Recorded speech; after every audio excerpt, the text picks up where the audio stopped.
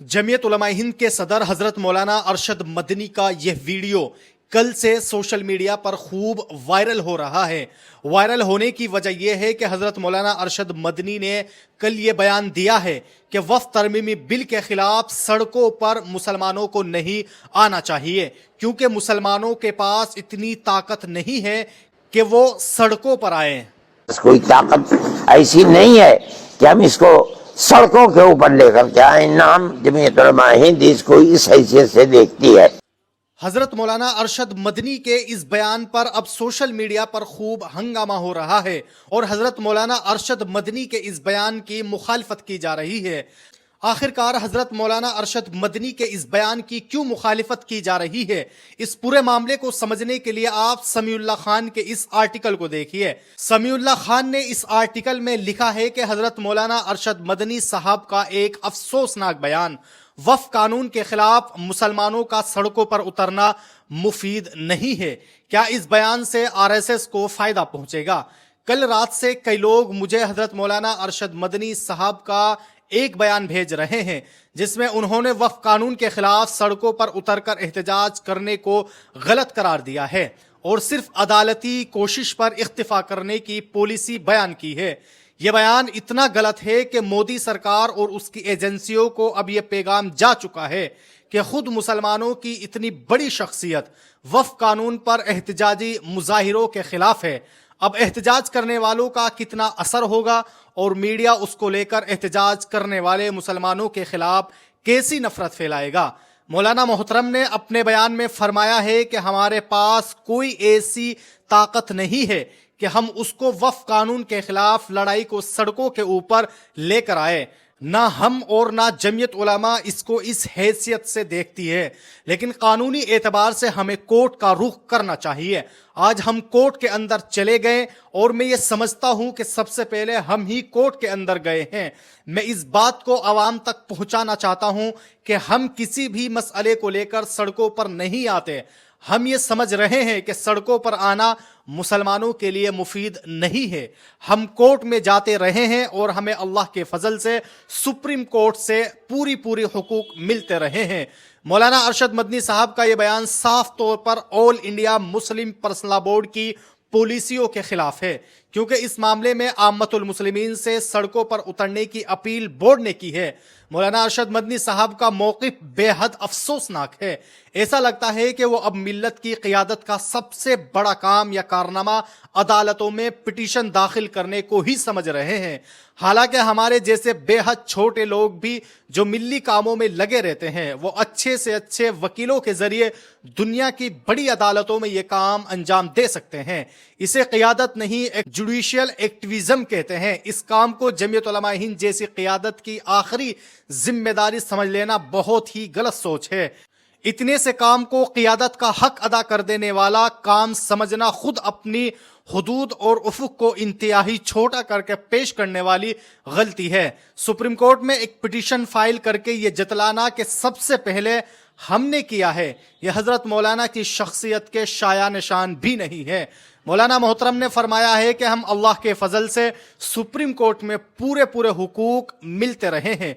मुझे समझ में नहीं आ रहा है कि हजरत मौलाना बाबरी मस्जिद की जगह राम मंदिर की तामीर के फैसले को या कश्मीरियों से उनके आईनी हुकूक छीन लेने के फैसले को सुप्रीम कोर्ट में मुकम्मल हुकूक मिलने से ताबीर कर रहे हैं, या हजरत मौलाना 3 तलाक के खिलाफ सुप्रीम कोर्ट के फैसले को मुसलमानों के हक में शुमार करने लगे हैं, या फिर हजरत मौलाना अरशद मदनी साहब मुस्लिम मुखालिफत शहरियत तरमीमी कानून CAA पर मोदी सरकार की हिमायत में आने वाले सुप्रीम कोर्ट के फैसले को मुसलमानों के लिए मुनासिब समझते हैं। समझ में नहीं आता कि आखिर वो कैसे इतनी बड़ी बात कह सकते हैं कि जब हम सुप्रीम कोर्ट जाते हैं हमें पूरे हुकूक मिलते हैं। शायद अदालतों पर इतना भरोसा तो खुद जजेस को भी नहीं होगा। मेरी राय में ये बहुत खतरनाक अल्फाज हजरत मौलाना की जुबानी अदा हुए हैं, जिसमें वो इस मुल्क के मुसलमानों को हर हाल में बस से बदतरीन नाइंसाफी और जुल्म और ज्यादती के बावजूद भी उन्हें सिर्फ और सिर्फ सुप्रीम कोर्ट से बांध कर रखना चाहते हैं। इसका मतलब यह होता है कि अदालतें खौफ नाइंसाफी भी क्यों ना करे, کہ اب RSS یہی چاہتا ہے کہ مسلمانوں کے خلاف مظالم کو وہ قانون کی تشکیل دے دے، مسلمانوں کے حقوق و اختیارات کو آئینی اور عدالتی زاویوں سے سلب کیا جائے اور مسلمان بھی عدالتوں پر ہی راضی رہے۔ ایسی رضا در حقیقت کسی بھی جمہوری ملک میں جمہوریت کے سائے تلے خود از خود دوسرے درجے کا شہری تسلیم کرنے کی جانب ایک سفر ہوتا ہے۔ مولانا محترم نے فرمایا ہے کہ سڑکوں پر اتر کر احتجاجی لڑائی کو ہم مسلمانوں کے حق میں مفید نہیں سمجھتے اور عوام سے اپیل بھی کرتا ہوں کہ سڑکوں پر آنا صحیح نہیں ہے اور ہمارے پاس سڑکوں پر آنے کی طاقت بھی نہیں ہے، جبکہ ساری دنیا اب اس حقیقت پر متفق علیہ ہے کہ جمہوری ممالک میں حقوق ایوانوں میں نہیں صرف سڑکوں پر ملا کرتے ہیں۔ حضرت مولانا محترم سے میں یہ جاننا چاہتا ہوں کہ جب کانگریس کی حکومت تھی تب آئے دن جمعیت علماء ہند کی طرف سے سڑکوں پر اتر کر کچھ نہ کچھ ہوتا رہتا تھا، رام لیلا میدان سے لے کر آزاد میدان تک بھر دیے جاتے تھے۔ تب جمعیت علماء ہند کے پاس کون سی طاقتیں تھی؟ اب کون سی طاقت نہیں رہ گئی ہے کہ وہ ایسی ظالمانہ سرکار کے خلاف سڑکوں پر اتر کر احتجاج کے انتہائی طاقتور اور مؤثر جمہوری حق کو استعمال نہیں کرنا چاہتے ہیں؟ کیا اسی ملک میں اس مودی سرکار نے کسانوں اور دلتوں کے حقوق سڑکوں کے احتجاج کے بعد بحال نہیں کیے ہیں؟ پھر آخر مسلمانوں کو ایک جمہوری ملک میں سڑکوں پر طاقت کے مظاہرے سے اتنی شدت سے روکنے کا کیا معنی، جبکہ اس مظاہرے کے بغیر جمہوری ملک میں کسی بھی سماج یا قوم کی کوئی اہمیت حکمران طبقہ میں باقی نہیں رہتی۔ مسلمانوں کی قیادت کو مودی سرکار کے ظلم و زیادتیوں اور سنگ پریواروں کے مظالم کے خلاف بہت پہلے سڑکوں پر آنا چاہیے تھا۔ اگر آ جاتے تو آج اتنی بری حالت کے شکار نہ ہوتے، لیکن اب جب آئے ہیں اور وہ بھی صرف ایک وفق قانون کے خلاف، تو اس پر بھی حضرت مولانا ارشد مدنی صاحب جیسی شخصیت نے اس درجے کھل کر مخالفت کر دی۔ حالانکہ ہر ظلم اور ظالمانہ قانون کے خلاف سڑکوں پر آنا چاہیے۔ جمہوریت کے ایوانوں میں کسی بھی سماج کے حقوق تبھی بحال ہوتے ہیں جب سڑکوں پر ان کی قوت کا پرشکوہ، پرامن اور طاقتور مظاہرہ ہوتا ہے۔ حضرت مولانا ارشد مدنی صاحب کا یہ بیان نہ صرف مسلمانوں میں وفق قانون کے خلاف لڑائی کو کمزور کرے گا، بلکہ اب مودی سرکار، اس کی ایجنسیوں، سنگ پریواروں کی نظر میں یہ بات واضح ہو جائے گی کہ وفق قانون کے خلاف مسلمان ایک رائے پر نہیں ہے۔ مسلمانوں کا پرسنل لا بورڈ اگر احتجاج کی اپیل کر رہا ہے تو وہی مولانا ارشد مدنی صاحب جمعیت علماء ہند کھلے عام سڑکوں پر احتجاج کے خلاف ہے۔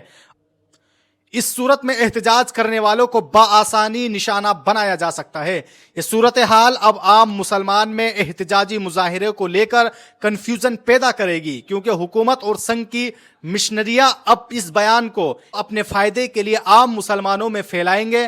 دوسری طرف سرکار اور ہندوتوادی خیمہ اس بیان سے حوصلہ پائے گا، خوش ہوگا اور احتجاج کرنے والوں پر مزید سختی کرے گا۔ حضرت مولانا ارشد مدنی صاحب کے اس بیان کو سن کر بے حد تکلیف ہوئی۔